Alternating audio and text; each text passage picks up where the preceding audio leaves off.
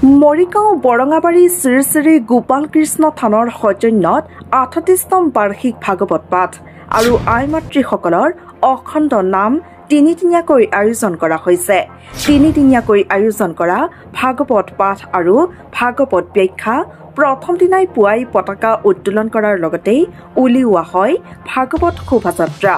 কেইবা শতাধিক ভকত বৈষ্ণৱ আই মাতৃ সেৱক সেৱিকা শিশুসকলৰ অংশগ্ৰহণেৰে সমগ্ৰ বৰঙাবাৰী অঞ্চল পৰিভ্ৰমণ কৰে এই ভাগৱত শোভাযাত্ৰাই। আনহাতে এই ভাগৱত শোভাযাত্ৰাৰ সময়ত ভক্তপ্ৰাণ ৰাইজে পদূলিয়ে পদূলিয়ে ধূপ দীপ ধূনা জ্বলাই ভাগৱত শোভাযাত্ৰাৰ আশীষ গ্ৰহণ কৰা পৰিলক্ষিত হয়।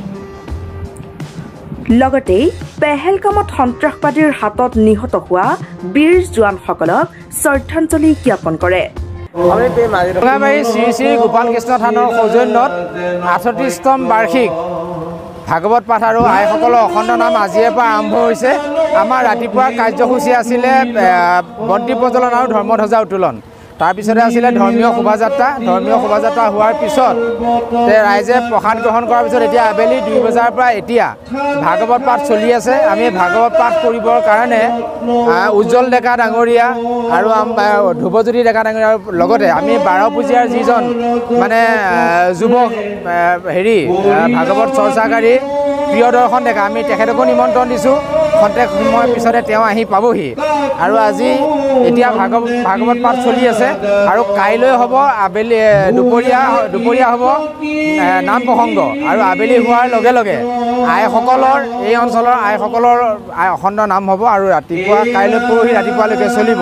আৰু পৰহি দিনা আমাৰ কাৰ্যসূচী আছে ৰভা ভাঙা নাম আৰু ইয়াৰ স্থানীয় আইসকলে সেই ৰভা ভাঙা নাম কাৰ্যসূচীভাগ অনুষ্ঠিত কৰিব। আৰু এইবাৰ আমি সুকীয়াকৈ আমাৰ যি মানে পাকিস্তানৰ লগত যি যুদ্ধ হৈছিলে ভাৰতবৰ্ষৰ যি এয়াৰ ষ্ট্ৰাইক চলাইছিলে, গতিকে সেই সিন্ধুৰ নামেৰে যিটো মানে অপাৰেশ্যন চলাইছিল, গতিকে সেই অপাৰেশ্যনত কেইবাগৰাকীও বীৰ জোৱান শ্বহীদ হৈছিলে। গতিকে তাৰে গোটেইখিনি বাদ দিও আমি 2জন মানুহক ইয়াতে শ্ৰদ্ধাঞ্জলি জনাইছোঁ, বীৰ জোৱান দীনেশ কুমাৰ আৰু বীৰ জোৱান M মুৰলী নায়ক। তেওঁলোকক আজি আমি শ্ৰদ্ধাঞ্জলি জনাইছোঁ আৰু লগতে যিসকল বীৰ জোৱানে প্ৰাণ আহুতি দিলে তেওঁলোকলৈ আমি শ্ৰদ্ধা জনাইছোঁ আৰু যিসকলে আজি আমাৰ দেশ মাতৃৰ হকে সীমান্তত যুঁজি আছে সেই সৈনিকসকললৈও আমি ইয়াৰ পৰাই মানে তেওঁলোকক আশীৰ্বাদ জনাইছোঁ যাতে শত্ৰুক পৰাজিত কৰি তেওঁলোকে আমাৰ দেশক জয় প্ৰদান কৰিব পাৰে। এইখিনি হৈছে আমাৰ মূল উদ্দেশ্য আৰু সকলো আমি পৰম প্ৰভু গোপাল কৃষ্ণৰ ওচৰত প্ৰাৰ্থনা জনাইছোঁ যাতে আমাৰ এই ভাগৱত ভাগৰ জৰিয়তে বা এই অনুষ্ঠানটোৰ জৰিয়তে মানৱ সমাজৰ লগতে যি জীৱ সমাজ আছে, গতিকে জীৱ সমাজৰ যাতে কল্যাণ সাধন হয়। ভগৱতে বাসুদেৱায়।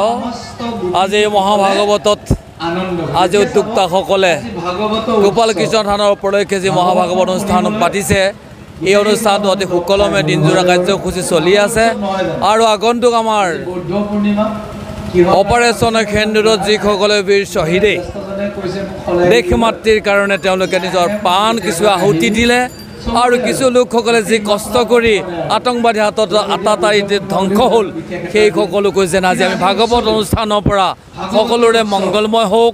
আমাৰ ভাৰত চৰকাৰ নৰেন্দ্ৰ মোদী চৰকাৰখন তেওঁলোকে আজি এনেদৰে আমাক সুৰক্ষিত কৰি যি তেওঁলোকে আপ্ৰাণ চেষ্টা কৰিছে, ভগৱানৰ ওচৰত দুৱাই কৰিছোঁ তেওঁলোকৰো যেন সুমংগলময় হৈ দেশখনক সদায় যেন সুখ আৰু শান্তিয়ে দিয়ে, এই বাঞ্ছনা কৰি তেওঁলোকৰ প্ৰতি আমি ভগৱানৰ আশীৰ্বাদ বিচাৰিছোঁ। প্ৰভু তেওঁলোকক সদায় কৃপাৰ কৰা।